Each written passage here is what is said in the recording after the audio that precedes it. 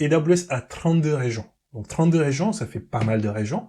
Et donc comment on choisit la région? Comment un client va choisir la région dans laquelle il veut déployer? Comment il va choisir entre moi, je vais sur Cape Town, ou je vais sur Madrid, ou je vais sur Sao Paulo, ou je vais sur Chine? Il y a les critères de choix d'une région. En fait, il y a 4 critères principaux et c'est important de les connaître, ces 4 critères principaux. C'est ce qu'on va voir là et c'est important que vous les compreniez. Ça va être la latence. Donc, il va choisir la région AWS selon la latence, c'est-à-dire la proximité avec les utilisateurs finaux. C'est-à-dire que si Amine est en train de déployer un site web, si les utilisateurs de ce site web, ils sont principalement à Bamako, peut-être que Amine va choisir une région AWS où les utilisateurs de Bamako, ils vont pas avoir trop de latence. Si ces utilisateurs, ils sont à Paris, peut-être qu'il va choisir la région Paris. Si ces utilisateurs, ils sont plutôt en Asie, peut-être qu'il ne va pas choisir Sao Paulo parce que c'est trop loin.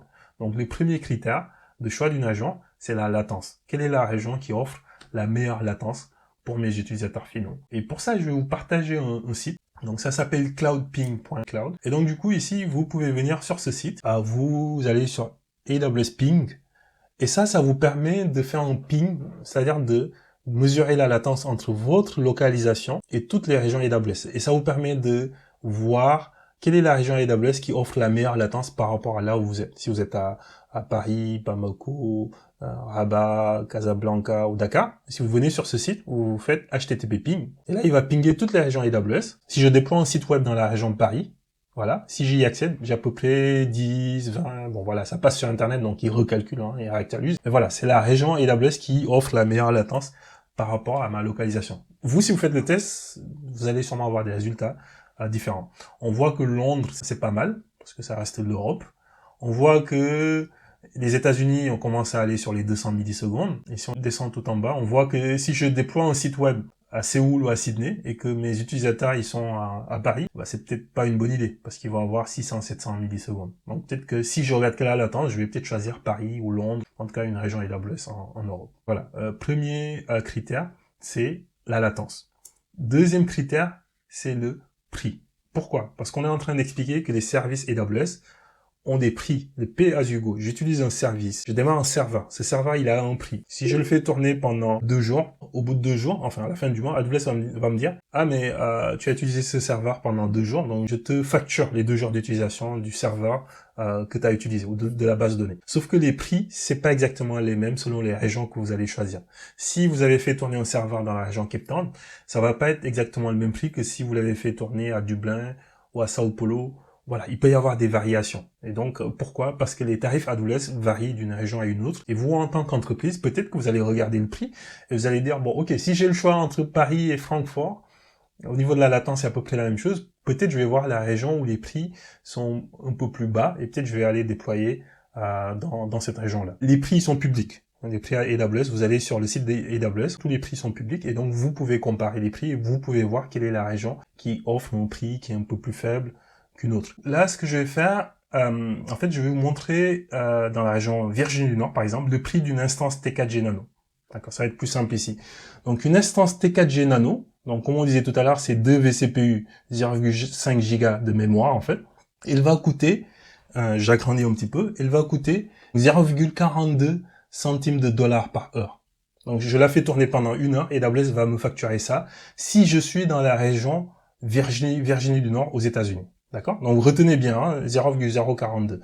Si maintenant je vais dans la région Sao Paulo, je vous avais dit qu'elle était assez chère, donc je vais aller chercher Sao Paulo. Donc Sao Paulo. Voilà.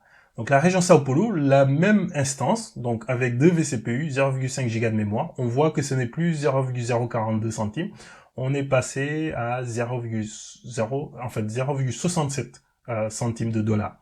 Donc on a 50% plus cher à Sao Paulo si je résume. Juste parce que j'ai changé de région en fait, pour le coup, au lieu de choisir Virginie Nord, je suis allé à Sao Paulo, là ça me coûte plus cher. Alors, Sao Paulo c'est un peu une exception. Donc toutes les régions, c'est pas plus 50%. Généralement, c'est quelques centimes de différence si on passe de Paris à Dublin ou de Dublin à Francfort. Mais là, c'était juste pour vous montrer comment on peut voir les prix et vous montrer qu'il peut y avoir des différences selon les régions que vous allez choisir. Le troisième critère, c'est les services qui sont disponibles. Je viens de dire que AWS, c'est 200 services. EC2, S3, Beanstalk, RDS. Tout ça, c'est les services qui sont fournis par AWS. Par contre, parfois, il y a certains services qui ne sont pas disponibles dans toutes les régions. Surtout les nouveaux services qui sont lancés par AWS, il se peut qu'ils soient disponibles juste dans certaines régions, par exemple Virginie du Nord ou Dublin. Et si vous avez déployé sur Cape Town, peut-être que le service il n'est pas encore disponible. Soit vous n'êtes pas encore sur AWS et vous allez dire non, mais je vais aller déployer dans une région où ce service il est déjà disponible. Soit vous êtes déjà sur AWS et vous avez déployé vos applications dans la région Cape Town par exemple. Ce service il n'est pas encore disponible, donc vous allez devoir attendre qu'il soit disponible.